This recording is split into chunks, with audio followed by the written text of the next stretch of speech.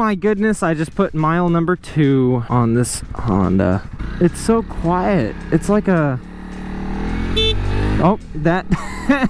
I was going for the turn signal, and I'm used to my WR250. Turns out that's a horn.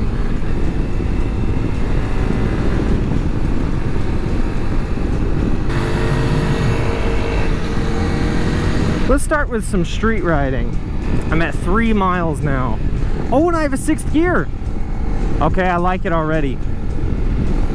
The first thing you see when you get on the bike is that, and it makes a big difference.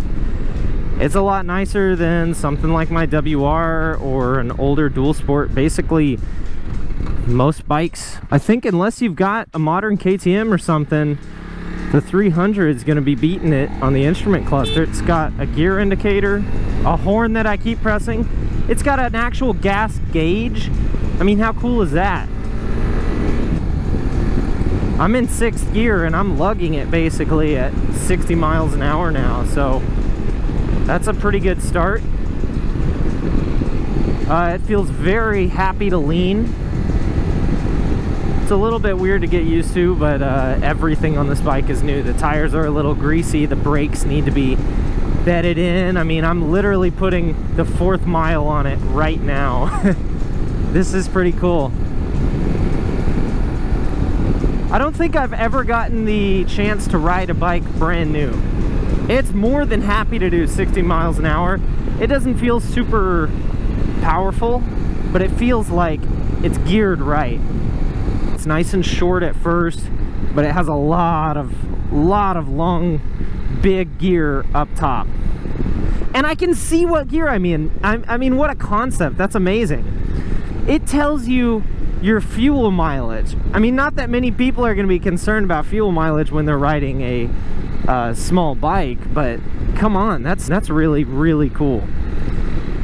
The bike, so far on the street, the bike feels fantastic. It's very smooth. The engine feels more refined than what I'm used to.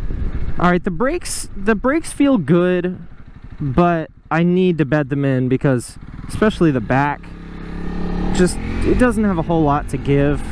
It feels very stiff, and I think a proper bedding would fix that. Oh, it's so nimble and happy. Honda announced this bike, I think, in January of this year. Immediately at that point, my father put a deposit on one.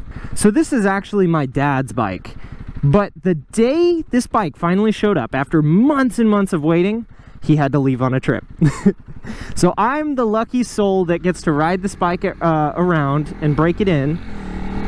For about the next week, I'm going to be installing mods on it because the minute he gets back, I want to take this thing out on a real ride. And so I told him I would install the skid plate, try to break it in for the first oil change, stuff like that. I think this might have a shift light. That thing, when I started getting on it, it was, didn't like me. Now the downside, it might seem great that I have this bike here, but the owner's manual says, oh, you know, on the initial break-in, you've got to drive it real easy. And unfortunately, my dad watches these videos, so I can't get away with 6th gear wheelies at 100 miles an hour on this little 300 just yet. I gotta wait till it's broken in.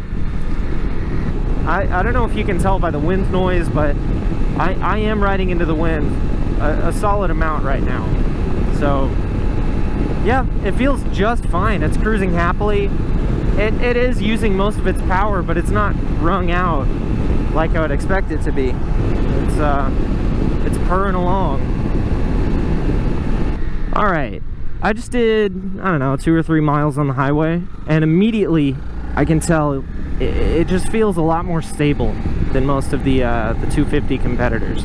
This bike does feel like it was designed a little more for the street. The seating position, right? The stability, the things you're looking at, right? You don't want all these creature comforts in a dirt bike where, you know, you're going to be crashing it and doing all kinds of stuff, and you need to see and have lightweight, all that kind of all those attributes for dirt bikes are kind of suppressed, and now we're seeing the more street side of it, which I have to say, it's very nice. I'm used to a dashboard that you could fit on a Pop-Tart or half a Pop-Tart. Yes, sweet.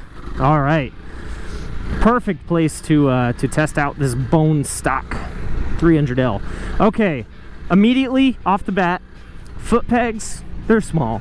They're better than my WR, and I really appreciate these rubber inserts. But come on, make a bike with big enough foot pegs for real off-road riding. I'm so sick of that. Oh wow, it's got a nice tight turning radius. I think I just heard the radiator fan kick in. It actually kind of smells like burning plastic right now. It smells like wax or, paint and stuff is kind of burning off those factory layers from manufacturing, I guess. I don't know.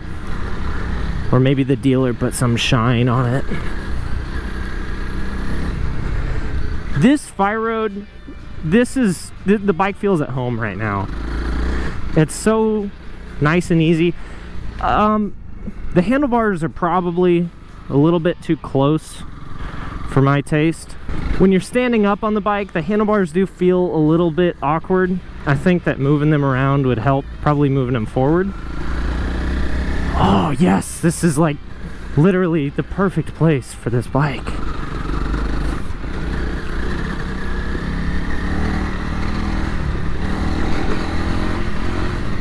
It's just whistling along.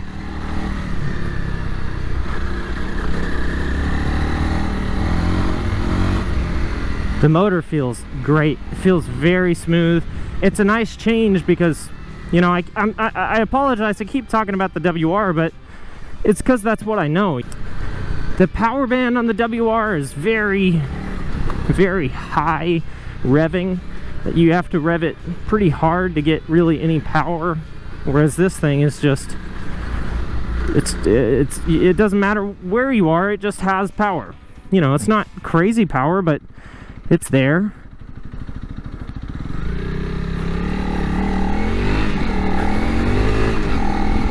No rapid acceleration. Oh yeah, moving at a pretty good clip, going 30 miles an hour over this pretty rough fire road. It feels great. This is the ABS model, so maybe I can try to do a little test. Oh, that is funky. Oh, that's so weird. It's like somebody's tickling your foot. It feels more aggressive on the front, which is good because I'm not able to wash out the front.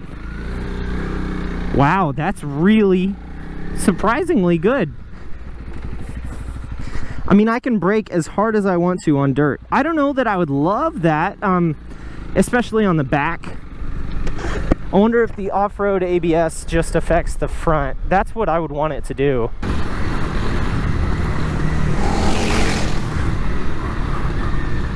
Oh, this bike is springy.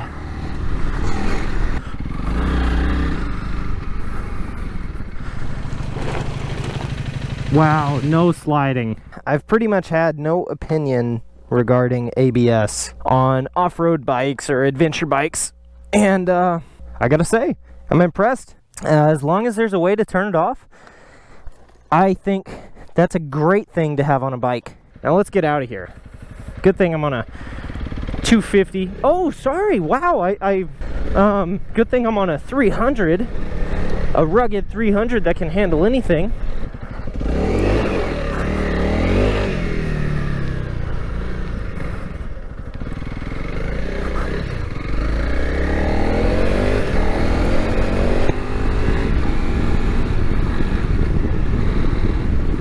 Oh, I like this bike a lot. Immediately, I can already tell you what my main gripes are, and they're pretty simple. It's under suspended. If you want to do really hard off-road with it, it's not your bike. But that's kind of by design. Honda didn't want a super hard off-roader. If you want that, buy the 450L. It's just a better bike for that. So I think Honda really knew who they were aiming at with this bike. Now, one big fat complaint I have is Honda put this stupid, there's a strap right where your butt sits. If you don't believe me, go sit on one in a dealer. Oh crap, there's that horn again. Man, I need to stop honking at people. The seat has a handle, which is cool, except that it's right on your butt. You're gonna be sitting on the handle pretty much all day. It's stupid. It's very, very annoying. It's like they had one guy sit on it and say, yep, that's good. On the highway, it gets around just fine. It's not anything special, but it's certainly an upgrade from the 250, and it's better than things like the XT. It's probably on par with the WR, however, the gearing is much better, and so is the wind protection. If you want a street bike, this seems like it's a better bike than the WR.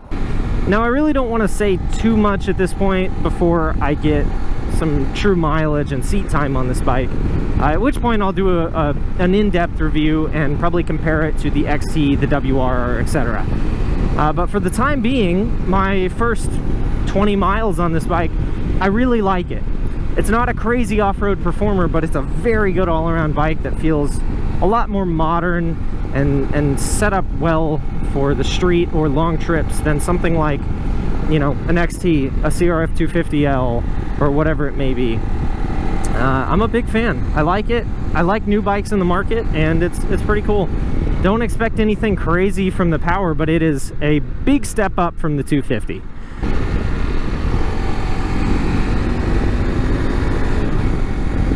Stay tuned for an in-depth review, because as I get some miles on this bike, I definitely want to give a proper long-term review, as well as comparison videos to the WR and trail performance and all that kind of stuff. So thanks for watching, and I'll see you next time.